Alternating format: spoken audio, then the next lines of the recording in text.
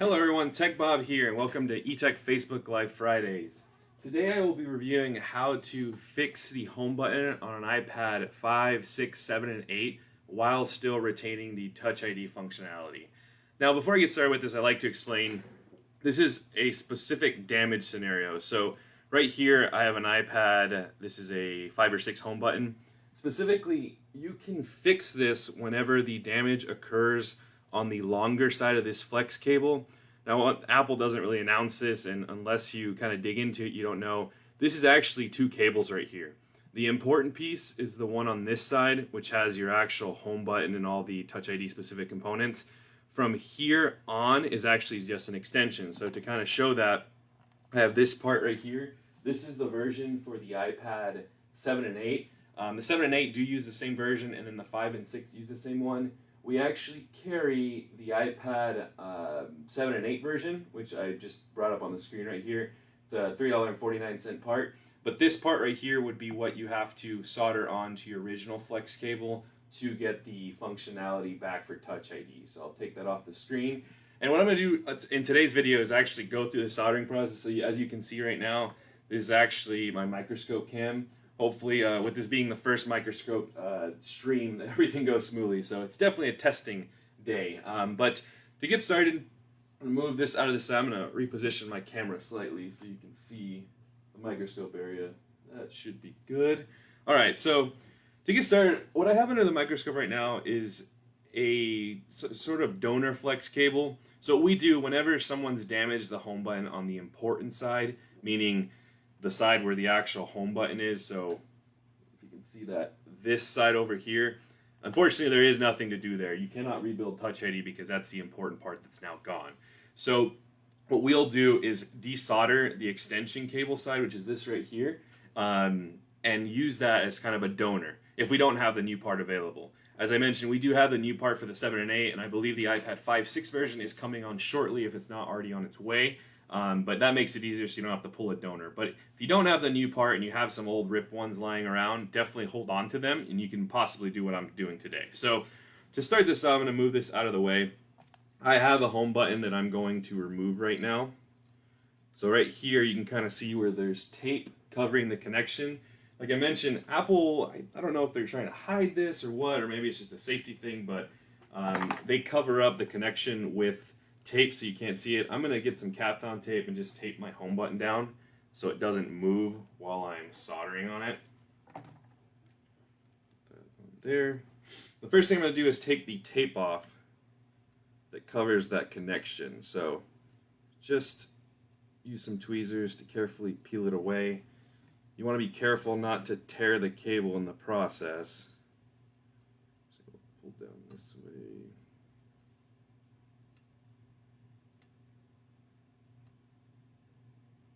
There we go. It's kind of a folded sticker or tape, so you have to open it up.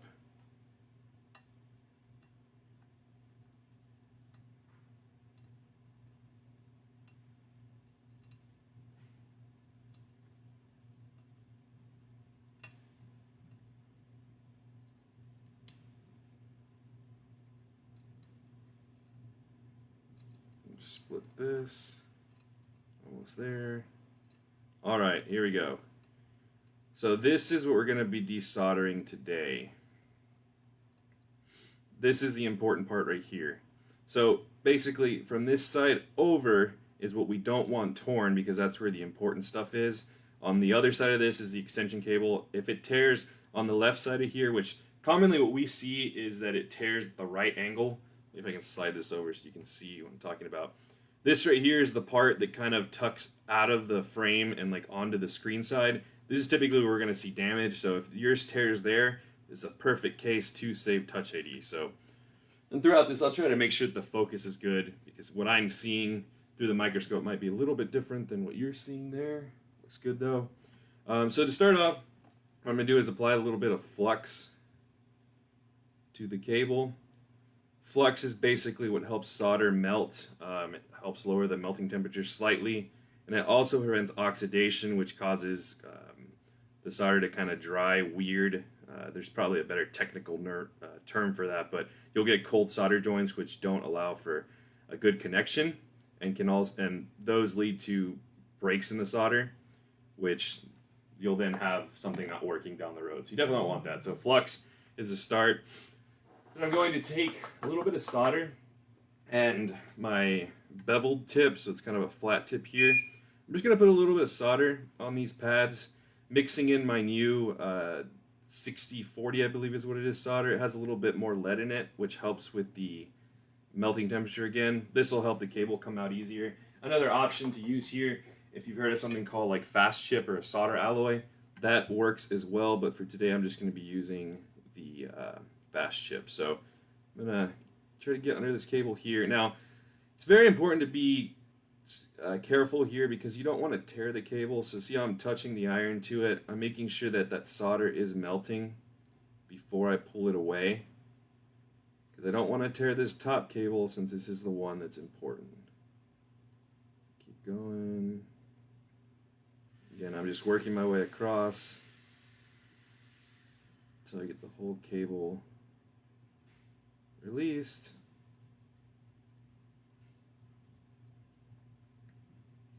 There we go. So that's the important part. And the cable is usually stuck in one more spot, which I'll separate just to make sure I don't tear it. We're going to go over a little bit this way. But from here, it's just adhered to the extension flex. I'm going to separate that. What I have now is my freed home button portion. I don't know if you can see that whole thing. I'm trying to show it. And this may not look the best, especially your first couple times. Definitely the more heat you use here, the more it'll warp the flex. But the goal is, one, not to tear it, and to be able to get it to solder onto the new one. So this one technically wasn't torn, so it's still a good donor flex, this one right here. But I'm going to move that one out of the way and grab the other flex I showed at the beginning of the video. I'm going to solder these two together just to kind of mimic the process. You'll notice on this one, there are some things that are a little off. You can see a little bit of copper right there. Let's see if I can zoom in and get the focus right. That's focus right there. So you can see a little copper there. That's what happens when either you run the iron over it too much or clean it a little too rough with alcohol. I think this one, when I was cleaning with alcohol, I pushed a little too hard. There's no issues there as long as you don't see a tear in the pad. That's just exposing the pad. So the little black like epoxy coating that covers the flex, it's just not been knocked off, but that's okay. As long as there's no tears, you should be good. Another thing I like to point out before I solder the cable on there is that the way we align the cable, Apple is famous for doing this with their charging ports as well. You see these little gold squares on the side? This one over here. They're basically little blocks that you line up with the windows in the cable. So you see how there's these windows on the far sides right here. We're basically going to line those up to ensure that everything is aligned properly so we can solder it together. So again, to solder anything back on, typically whenever you're soldering anything, flux is your first go-to. So I'm going to take some flux, put some on there. And as far as how much flux to put on, really you just want to make sure you cover the whole area. I would say there's never too much. There's no such thing as too much flux, but I've seen boards drowned by it. So just use a moderate amount. Make sure everything's covered, and then you should be good. All right, now to line this up, I'm going to use my windows here. So line up my left side first. Get my right side aligned as well. All right, so I'm going to actually line up my left side first. I'm going to take my iron and stick that one down, just so it's not moving around on me anymore.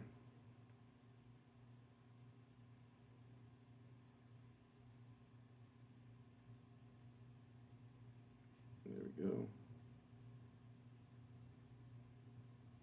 Cool. So now I'm going to switch hands technically.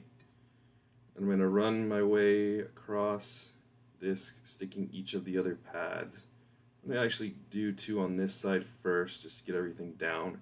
I'm going to jump over to this side, follow the same process, align it, and then solder it down. Move my iron. So you see the window right there. Things align. Oh, Sorry about that. Looks like it wasn't in frame.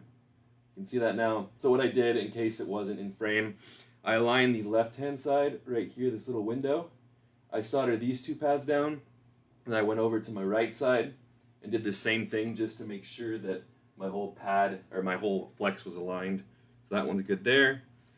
So now what I'm going to do is, using my tweezers, I'm going to apply a little bit of downward pressure to make sure my flex sinks down onto the other flex cable, the extension that's underneath it. I'm going all the way across, basically hitting one pad at a time. You see how I'm just one more pass through it. We get the question sometimes, if I ever get something like this one right here, can you see that? Like this one right here, where you can see kind of hole in the flex, that's okay. The main goal here is to get the solder joint built between the two flexes, but this right here actually looks good. The next step here would be to test it. We do recommend cleaning anytime you solder, so just a little bit of alcohol and a Q-tip works great. Get that in focus again. Zoom out a little bit. Focus. There we go. Clean this up. Then you can use something like compressed air to dry it.